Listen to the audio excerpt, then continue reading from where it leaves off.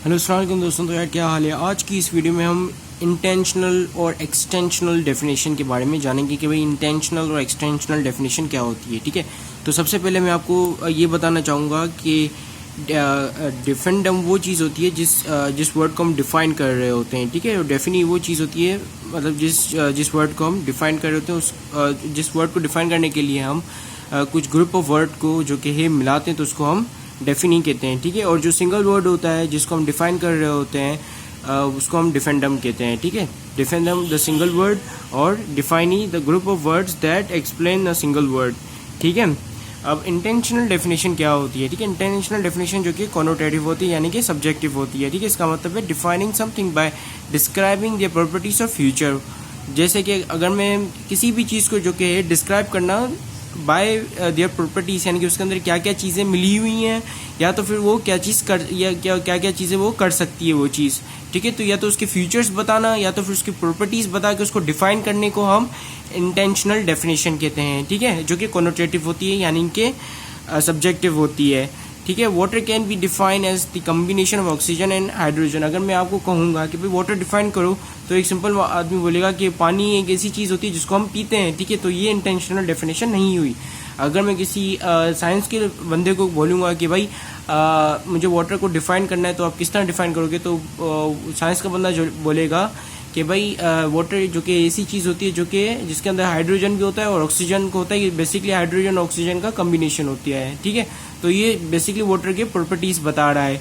ठीक है, और जो पहला बंदा था वो वाटर के फीचर्स बता रहा था या यूजेज बता रहा था। ठीक है, तो वो भी एक तरह से हम कहेंगे कि वो इंटेंशनल डेफिनेशन है एक तरह से। ठीक है, हो सकता है क्योंकि आई थिंक क्योंकि वाटर का यूजेज एक तरह से उसका फीचर ही हुआ। ठीक है, तो फीचर्स या उसकी प्रॉपर्टीज़ बता के उस चीज़ को डिफाइन करने को हम कहते हैं इंटेंशनल डेफिनेशन।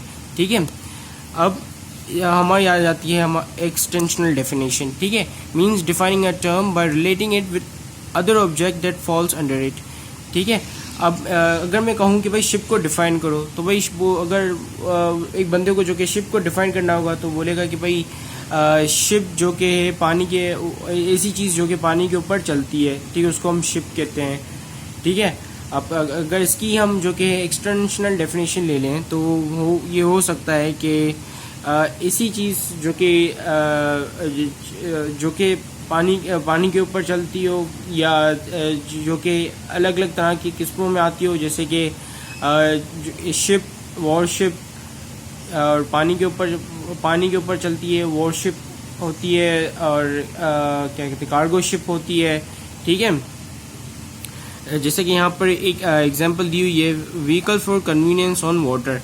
ठीक है, तो ये हो गई हमारी इंटेंशनल। अब एक्सटेंशनल इसकी क्या डेफिनेशन लेंगे शिप की।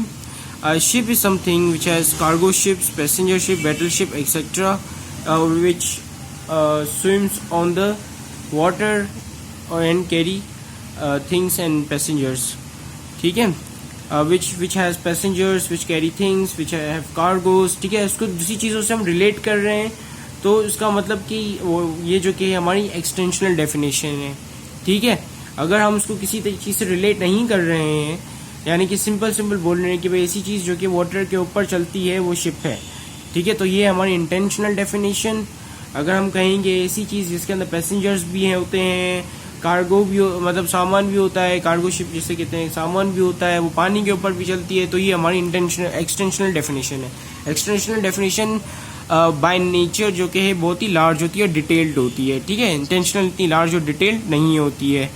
ठीक है, तो इसी के साथ ही मैं चलता हूँ और अल्लाह हाफिज़।